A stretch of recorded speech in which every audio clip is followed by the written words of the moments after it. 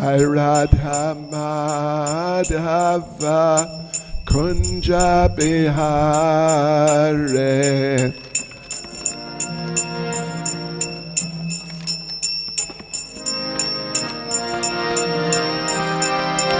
Gopi Jana Vallabha Giri Bharadhare.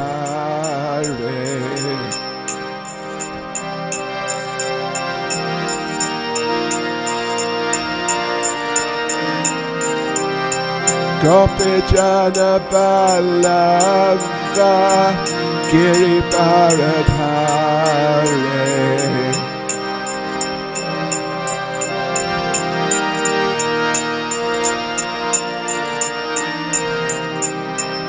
Yashodanandana Vraja Jana Ranjana.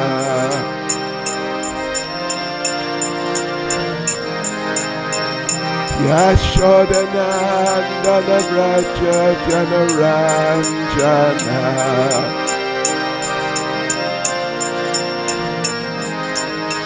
Yamunatira Vanachari.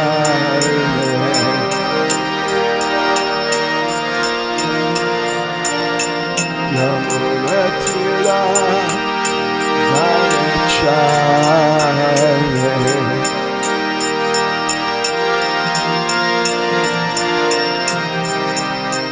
Jai Radha Madhava Kunja Bihare.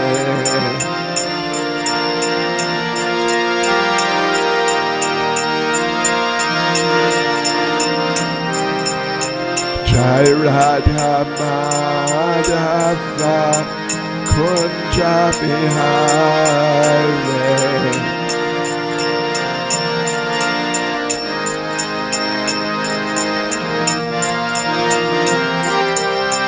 Gopi Jana Vallabha Giri Bharadhare.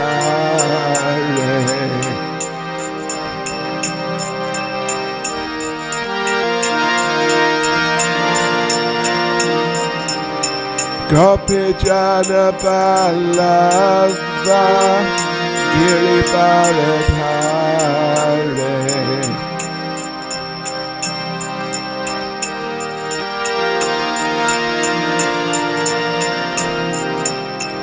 Yashodanandana Vraja Jana Ranjana.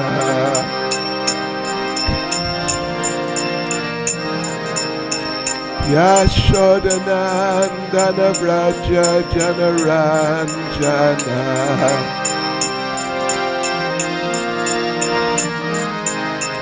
Yamunatira Vanachari.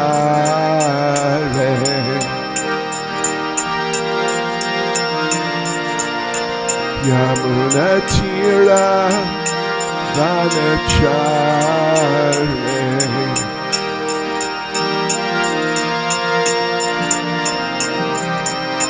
Jai Radha Madhava Kunja Bihare.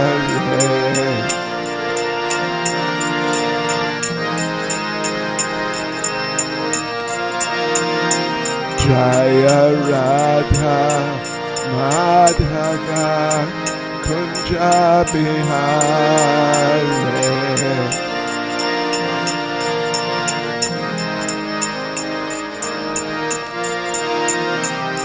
Jai Prabhupada, Jai Prabhupada, Prabhupada, Jaya Prabhupada.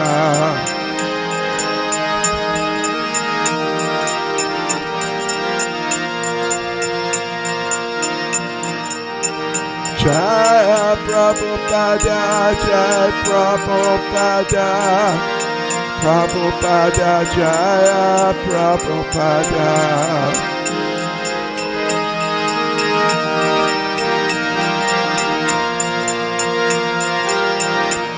Jai Jai Prabhupada, Prabhupada, Prabhupada, Prabhupada.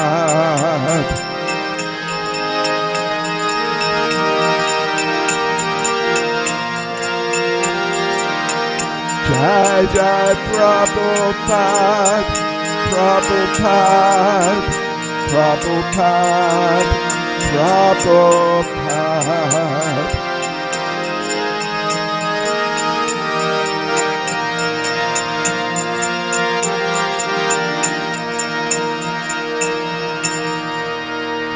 Janshpad Paramahansa Parapranajacharya Studies His Divine Grace A.C. Bhaktivedanta Swami Srila Prabhupada Ki, ISKCON's founder Acharya Srila Prabhupada Ki, Grantaraj Srila Prabhupada lilamrta Ki, Shishi Radha Radhanath Ki, Sri Giri Govardhan Ki, Sri Caitanya Mahaprabhu Ki, Sankirtan Yagya Ki, Gopremanande Ekadasi Vrata Ki. All glories to the assembled devotees. All glories to the assembled devotees. All glories to the assembled devotees. All glories to Sri Guru and Sri Gauranga. All glories to Srila Prabhupada. Om Namo Bhagavate Vasudevaya.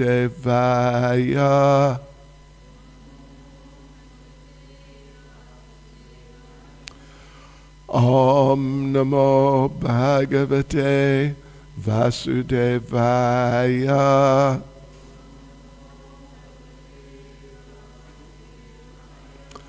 Om Namo Bhagavate Vasudevaya.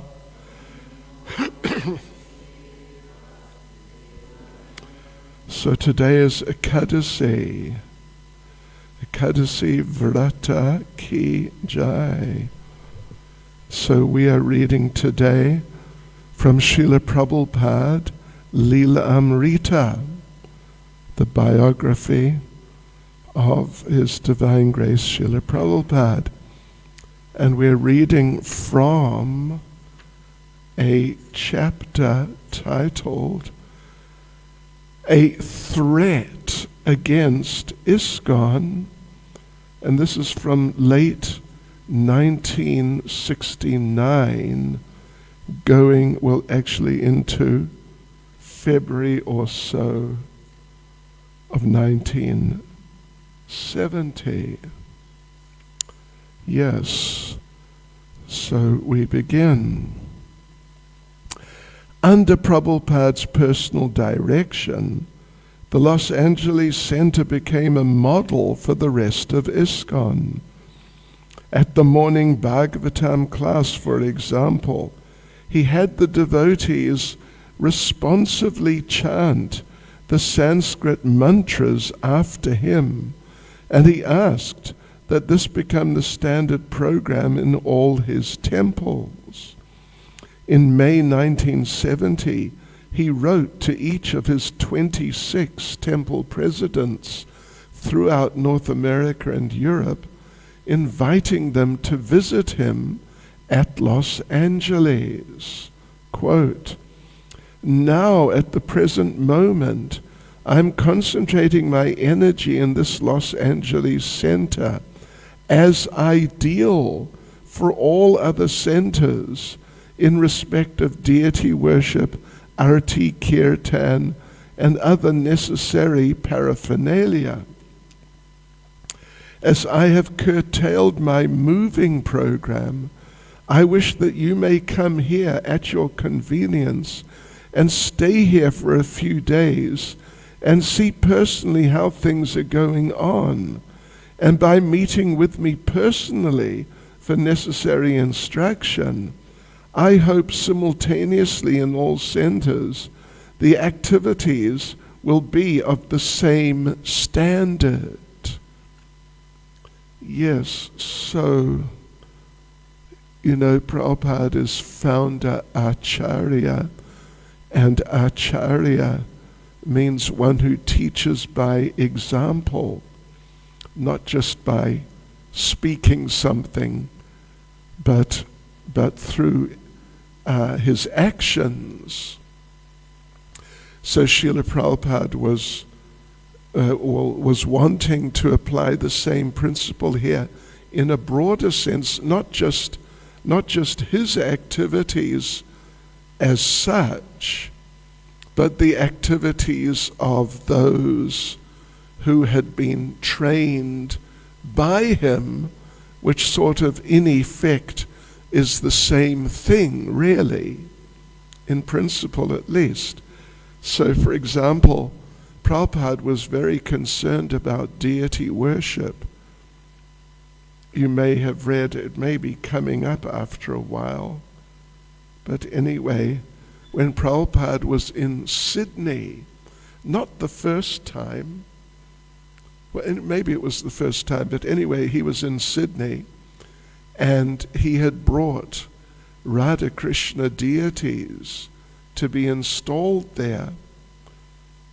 But he noticed, when he spent a few days there, he noticed that the devotees generally were not really up to the type of standard just in Krishna consciousness in general, and what to speak of any finer details of how to do things or what not to do.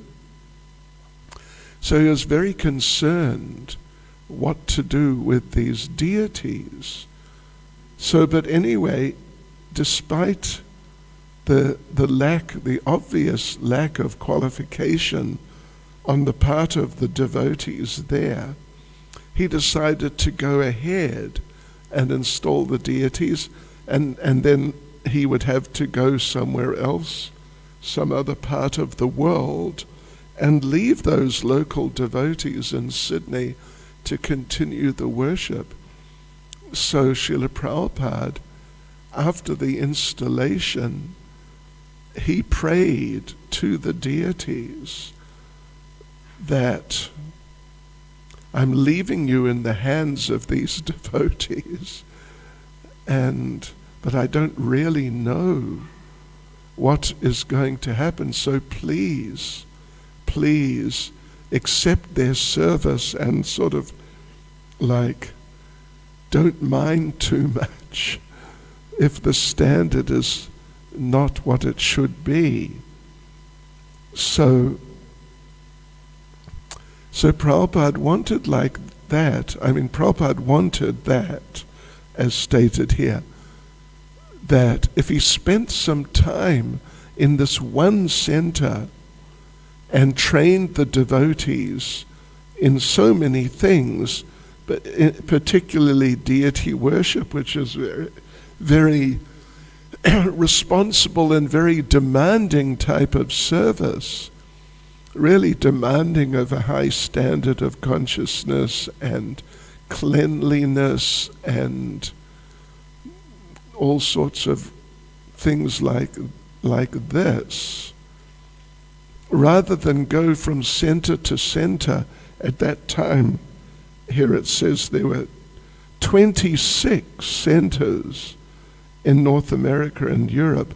So rather than going from one to the other and teaching in one, then teaching the same thing in the next center, then teaching the same thing in the next center, but rather focus on one center, Los Angeles in this case, which was the biggest center at the time, and really get things, by giving personal attention, get things up to something like an ideal standard, or at least a quite desirable standard, and then have the leaders from the other centers come and observe and participate and learn how to do things the way he wanted them done. Yes. So this is what he's doing here right now. And he says, I hope simultaneously in all centers the activities will be of the same standard if the devotees learn and really apply the standards very sincerely and seriously. So the text continues, The temple presidents who visited Prabhupada, most of them young men in their 20s, came with practical as well as philosophical questions. They came with their notebooks, writing down everything from the temple schedule to color schemes, noting the tunes used in the kirtans, learning how to manage a sankirtan party. All these different things Prabhupada had quite pointedly taught the devotees in Los Angeles how to do all these things we just read right a few seconds ago. And perhaps most important of all, they would note the things Prabhupada did and the words he spoke personally to them. The temple presidents would then return to their own centers in Berkeley or Hamburg or Toronto or Sydney. They'd return glowing with ecstasy and ready to implement dozens of new standards they had imbibed from Prabhupada at the Los Angeles World Headquarters.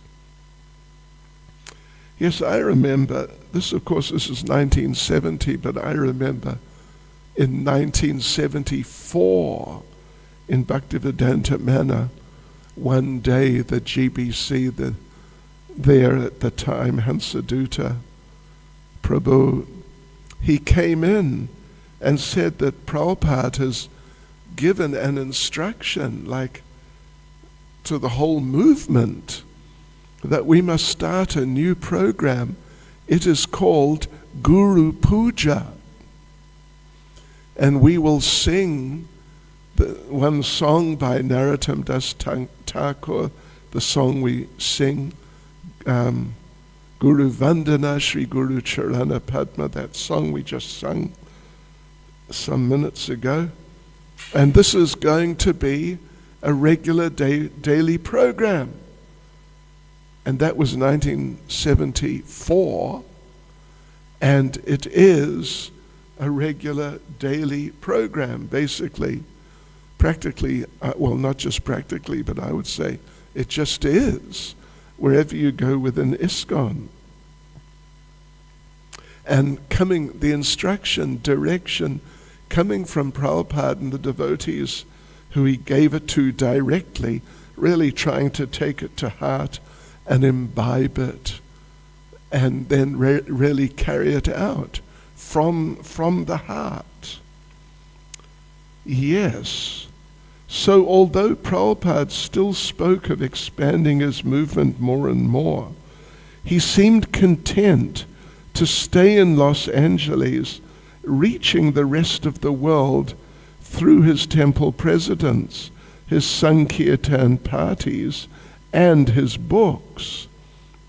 New plans were unfolding, however, and Prabhupada again spoke of a governing body, 12 hand-picked disciples to manage all of ISKCON's affairs. He also spoke of initiating more sannyasis and taking them with him to India to train as itinerant preachers, and to ensure that his books were regularly and properly printed. He wanted to form a special committee in charge of book publication, sometimes managing his worldwide religious movement, sometimes leading the growing group of devotees in chanting Sanskrit mantras in the Los Angeles temple, and sometimes sitting alone and translating in the pre-dawn hours. Prabhupada lived happily in Los Angeles. One day, a record arrived from London. The London devotees who, with George Harrison's help, had already produced an album, had now also released a new single, Govinda.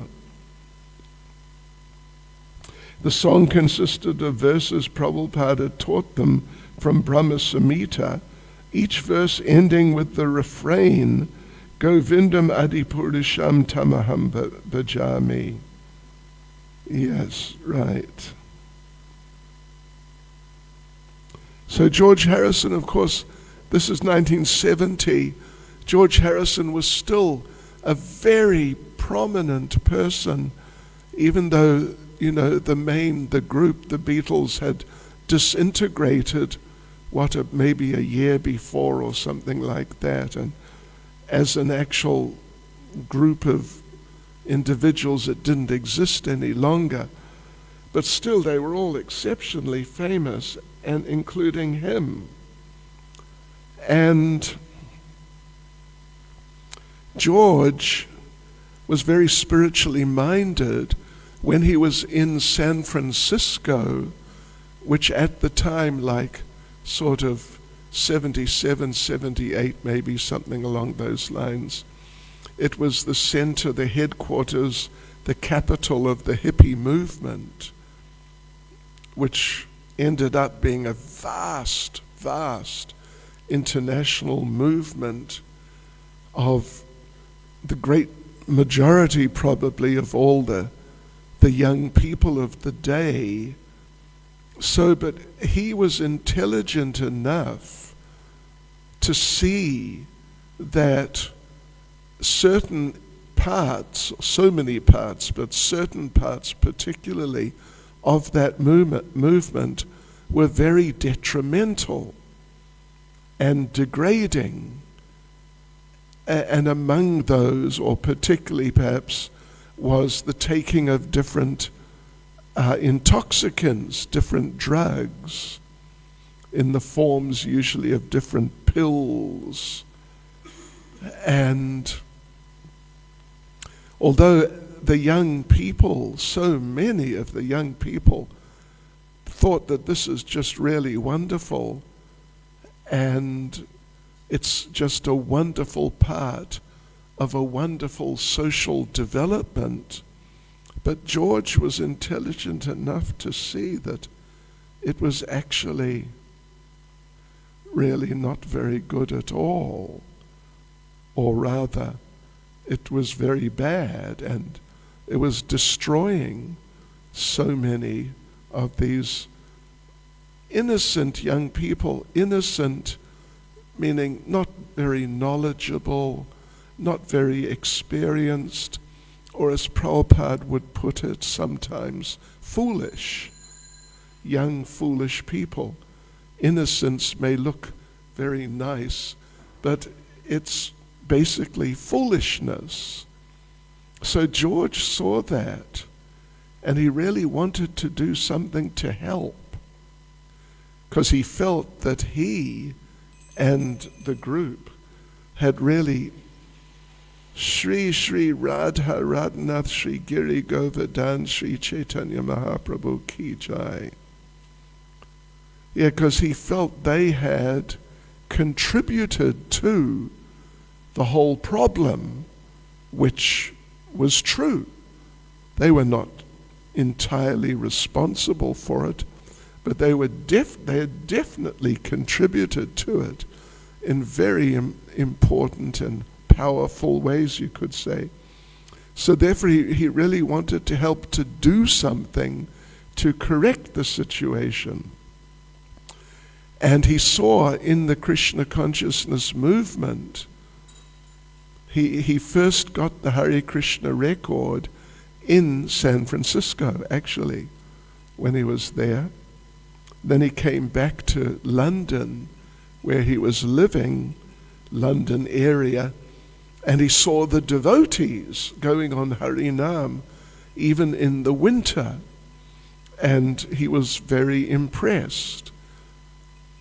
And he met the devotees and really got to know the devotees quite well.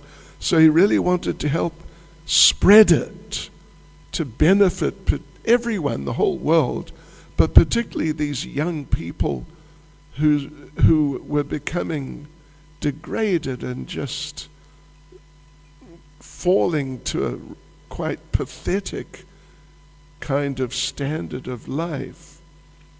So, therefore, one of the first things he did, there were a number of things he did, but he helped with the making of the Hare Krishna record, which became top of the pops in many parts of the world, including New Zealand, where I heard it. Yeah. First Krishna conscious thing that I had experience of. So, but then the second, so that it was extremely popular.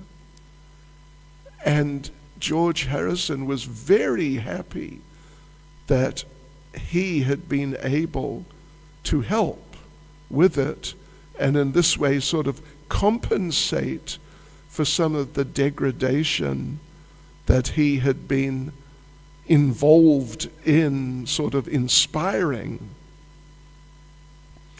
Yes, so then a little later, not long at all, under his supervision, the devotees, and not just his supervision, but usually he played the harmonium, like on the Hare Krishna song, if you hear it, the harmonium, that's George Harrison playing the harmonium. And on some of them, well, maybe not some, but at least one, I think it's the Gurvastakam, his friend Eric Clapton is playing the guitar. And, it's interesting what's there in these things. So the main thing, well, partially he just liked it and enjoyed being involved in it and understood clearly that it was something very good for him. But then it was also a very major thing, trying to help the young people who he had, inadvertently, really, without understanding what he was doing at the time, he and the others had really contributed to their degradation.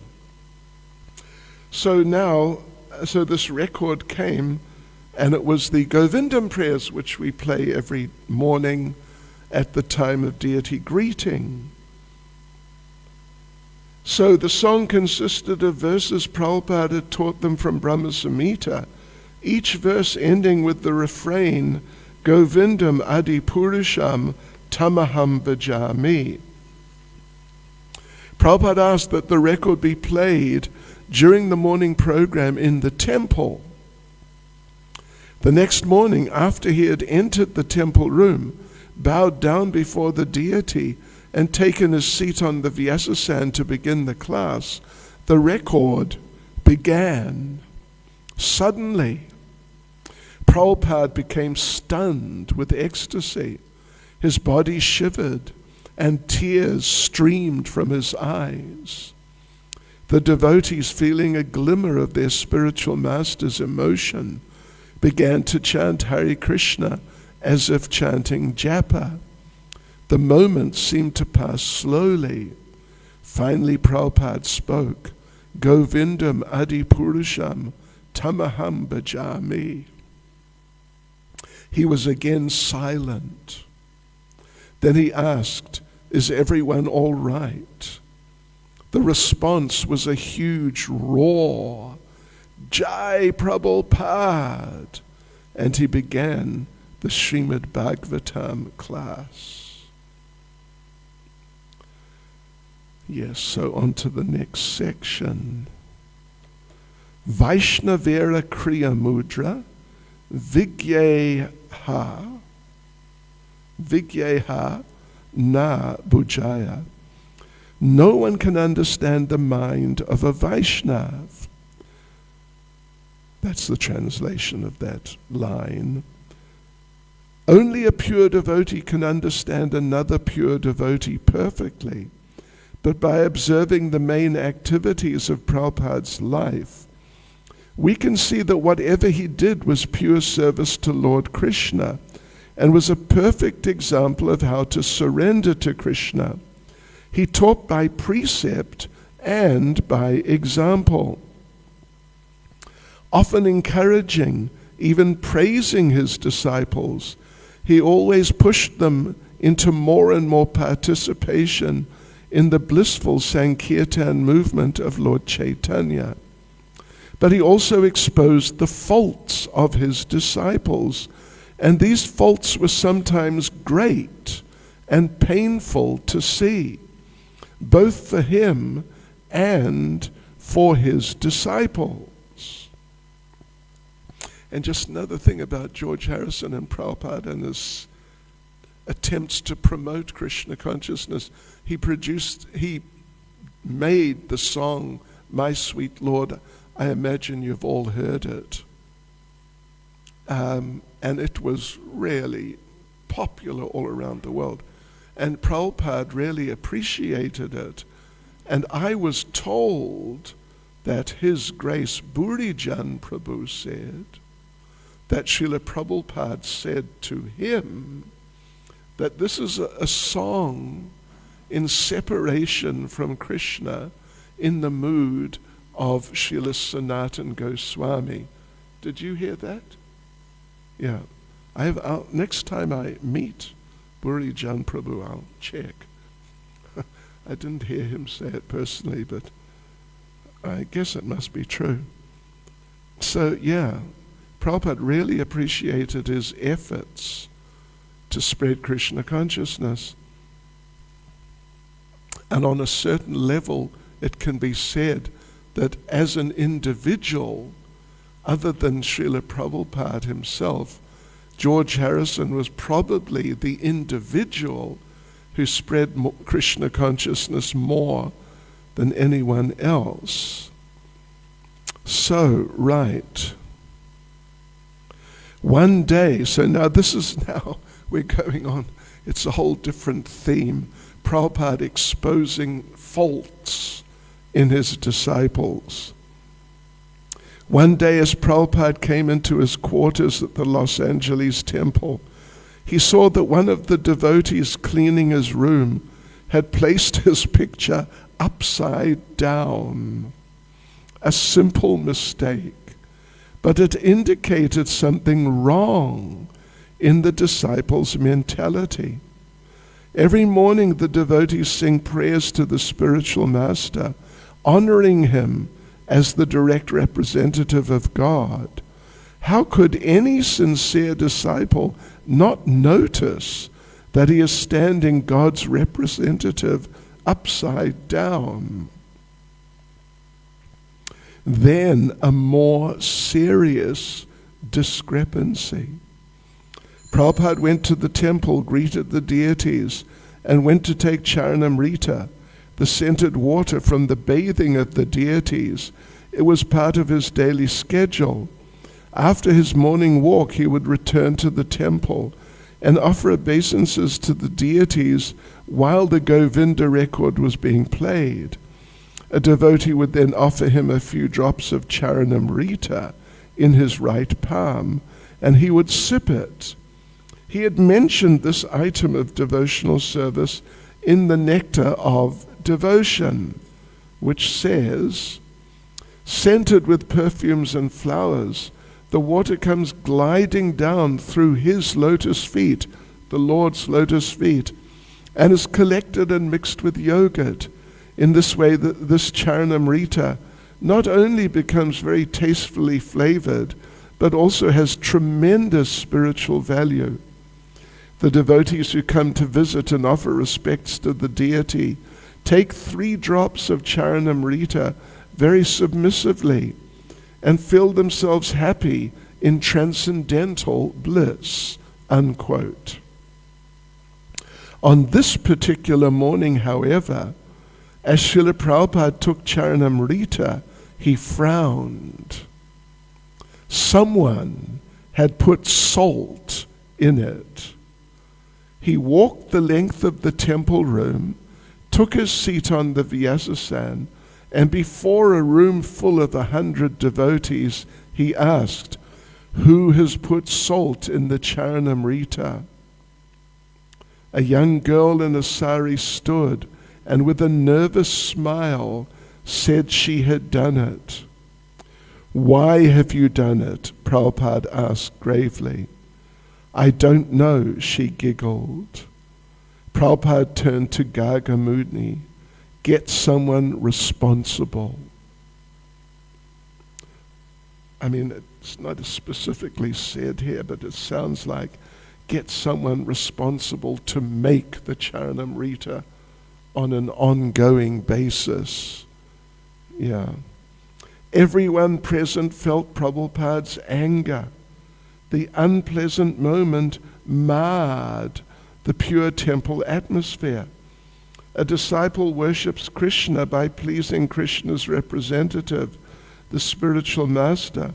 Therefore, to displease the spiritual master was a spiritual disqualification. The spiritual master was not merely a principle, he was a person, Srila Prabhupada. When ISKCON Press in Boston misprinted Prabhupada's name on a new book, he became deeply disturbed. The small paperback chapter from the second canto of Srimad Bhagavatam bore his name on the cover as simply A.C. Bhaktivedanta. Omitted was the customary His Divine Grace as well as Swami Prabhupada. Srila Prabhupada's name stood almost divested of spiritual significance. And another ISKCON Press publication described Prabhupada as Acharya of ISKCON, although Prabhupada had repeatedly emphasized that he was the founder Acharya. There had been many Acharyas or spiritual masters, and there would be many more. But His Divine Grace, A.C. Bhaktivedanta Swami Prabhupada, was the sole founder Acharya of the International Society for Krishna Consciousness. To make matters worse, when Prabhupada first opened the new Bhagavatam chapter, the binding cracked and the pages fell out. Prabhupada glowered. The devotees in Boston, hearing of Prabhupada's anger, knew at once that their mistaken misprinting Srila Prabhupada's name was a serious oversight. Minimizing the spiritual master's position was a grave offense, and they had even published the offense.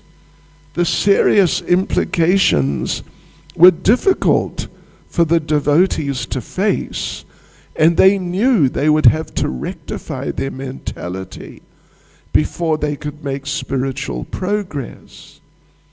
Prabhupada criticized the mentality behind these mistakes, and his criticisms were instructive to his disciples. Unless he instructed them about the absolute position of the spiritual master, how could they learn? At the beginning of the Srimad Bhagavatam class one morning, Prabhupada called on one of the women devotees, Nandarani. She was a very senior, maybe still is, I don't know if she's still living, but very senior devotee, the wife of Dayananda. She stood respectfully. Do you chant 16 rounds every day?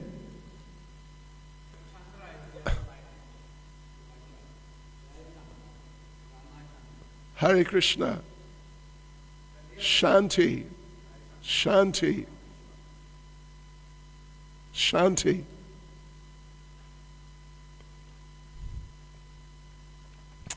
Yes. Do you chant 16 rounds every day? Well, I try to, Prabhupada. This is the problem, Prabhupada said, turning to the temple president. If Nandarani, one of the senior responsible women, wasn't chanting regularly, then certainly the new women under her weren't either. This was the manager's fault. Prabhupada had praised and encouraged his disciples for laboring hard to renovate the temple and for going out daily into the streets to chant and distribute magazines. But for a devotee to not chant the prescribed rounds was to neglect the most important instruction. What Nandarani hadn't said was that the temple authorities had told her that chanting all her 16 rounds wasn't necessary as long as she worked. They had told her this, even though Prabhupada clearly instructed his disciples at initiation to always chant at least 16 rounds daily. Then, another incident. During the morning class, Prabhupada was discussing Sarvabhauma Bhattacharya, an associate of Lord Caitanya. Looking among the devotees, he asked, "Who can tell me who is Sarvabhauma Bhattacharya?" No one spoke. Prabhupada waited. "None of you can tell me who is Sarvabhauma Bhattacharya?" he asked. One girl raised her hand. She had, quote unquote, read something about him. That was all. "Aren't you ashamed?" Prabhupada looked at the men. "You should be the leaders. If the men cannot advance, then the women cannot advance. You must be Brahmins, then your wives will be Brahmins. But if you are not Brahmins, then what can they do?" Without improving their chanting and without reading Krishna conscious literature, Prabhupada said, they would never attain the purity necessary for preaching Lord Chaitanya's message. Hare Krishna. Any comments, questions, any points?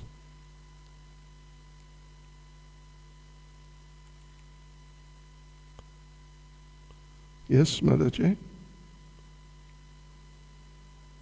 Loud, please. Krishna, we see here that Prabhupada is emphasizing purity. So purity is the force, and we should all come up to that standard of purity. Yeah, I was just thinking about that, Yes, good comment. Very important. Yeah. I mean, there were different times when different devotees or different groups of devotees just became sort of, under certain circumstances, sort of like workaholics. I remember when, just before Bhaktivedanta Manor opened, they knew Prabhupada was coming on a certain day. They wanted to get the place ready, and it's a big place, and a lot needed to be done. So the leader at the time, Shamsundar Prabhu, he ordered the devotees. They were not allowed to chant their rounds. They had to just, from morning till night, be fully engaged in active, doing things to get the place ready. Yeah. So it's not really very good. I mean, it's not good.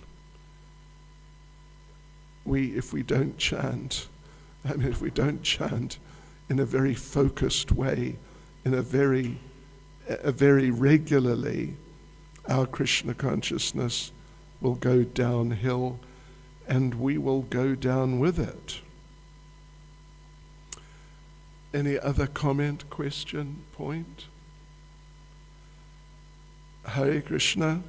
Srila Prabhupada ki jai. Can I just show you that you're the one I should...